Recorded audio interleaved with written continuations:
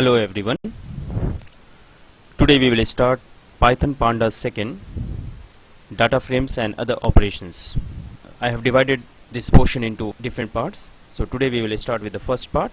In the first session we will learn data frame data structure, characteristics of data frame, and then we will see creating and displaying data frame. So let us begin with data frame data structure.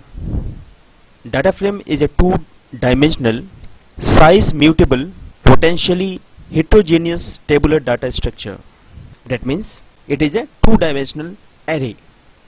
Tabular data structure has rows and columns. Data frame is a way to represent and work with the tabular data. Pandas data frame is similar to the Excel sheet and looks like this. You can see here Excel sheets have the columns, rows as well as the cells. Similarly, Python data frame also have columns, rows as well as the cells. Data frame is a two-dimensional, that means it is a two-dimensional array in which each element is itself an array. For example, A square bracket M square bracket N, that means M rows and N columns. So number of elements stored in a array A is M into N. Now we will see the characteristics of data frame data structure. It has two indexes or two axes, that is a row index, that is axis 0, and the column index axis 1. Conceptually it is like a spreadsheet that we have seen just now, having row index and the column index. Row index is known as the index and the column index is called column name. You can see in this diagram, this is like a Excel sheet having column at the top, column names. Left side you can see the index label, that is the index. Now this column is the axis 1 and this row number or the index label is a axis 0. You can see in this the individual values are called the datas and some datas are missing. For the missing values it will display none, NaN, that is not a number. Now index can be a number, letters or a string.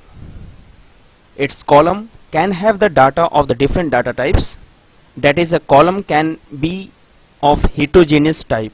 For example, char, float, int, boolean, that is bool, and so on.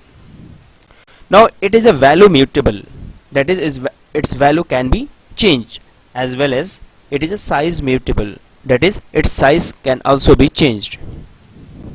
Now we will see how to create a data frame. A data frame is the most commonly used data structure in Pandas. The constructor accepts many different types of arguments, as a dictionary of 1D arrays, list, dictionaries, or a series structures. 2D NumPy array, a structured or record NumPy array, series structures, or another data frame structure. This can be the argument of the constructor data frame constructor. Now before creating a data frame we must import two modules. The first is the pandas and second is the numpy. Pandas for the data frame and numpy for creating the arrays or any series. So to import it we can write import pandas as pd, import numpy as np. Now to create a data frame we must use one constructor, that is data frame constructor, and the syntax for using the data frame constructor is pandas, that is a panda object, dot data frame. In the bracket we have to write as the argument data index column d type copy. Index, columns, data type and copy, these all are the optional arguments, but data is a compulsory argument, and without it data frame will create an empty data frame. Let's see with the example how to create a empty data frame. See this example, import pandas as PD, df1 is equals to pd dot data frame. This is a data frame constructor, and this is a blank constructor without any argument, and this will create a empty data frame. Now print this data frame. Now what will the output? We'll get the output empty data frame, columns blank and index also blank. Now we'll see how to create a data frame from the list, and we will understand with the example. First example we'll see import pandas as PD. We'll create a list data1 is equals to 1 2 3 4 5. Then df1 is equals to pd dot data frame data1. This data1 is a list as an argument. This is the only one argument, and print df1. Now what will the output? You can see here this is a blank, so we have got the blank. Here we have passed the argument, that is data we have passed, and we haven't passed any index. Using the numpy it will automatically create a index. Like for example, this is a column heading, this is access 1 and this is access 0, and you can see at index 0 the first value, index 1 the second value, index 2 the third value, index 3 the fourth value, index 4 the fifth value. This way the data will automatically be arranged. Now let's see the second example. Now in this import pandas as PD, we have created a data1, that is a list with the two values, or we can say the nested list. So each list element has the two values, name as well as the age. The name, age, the name, age. Now I have to arrange this data in a tabular form, and for this I have to use a data frame. So I have to create a object df1 is equals to pd dot data frame in a bracket, that is a data as a first argument. Now we are using the second argument as a column, and this column argument is used to name the columns. Like columns is equals to, the first column should be the name and second column should be the age. Now print df1.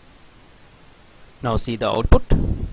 The columns are named as name and second column is age, and automatically the value has been assigned to each index. That is, the first value is assigned to the index 0, second value as index 1 and third value on index 2.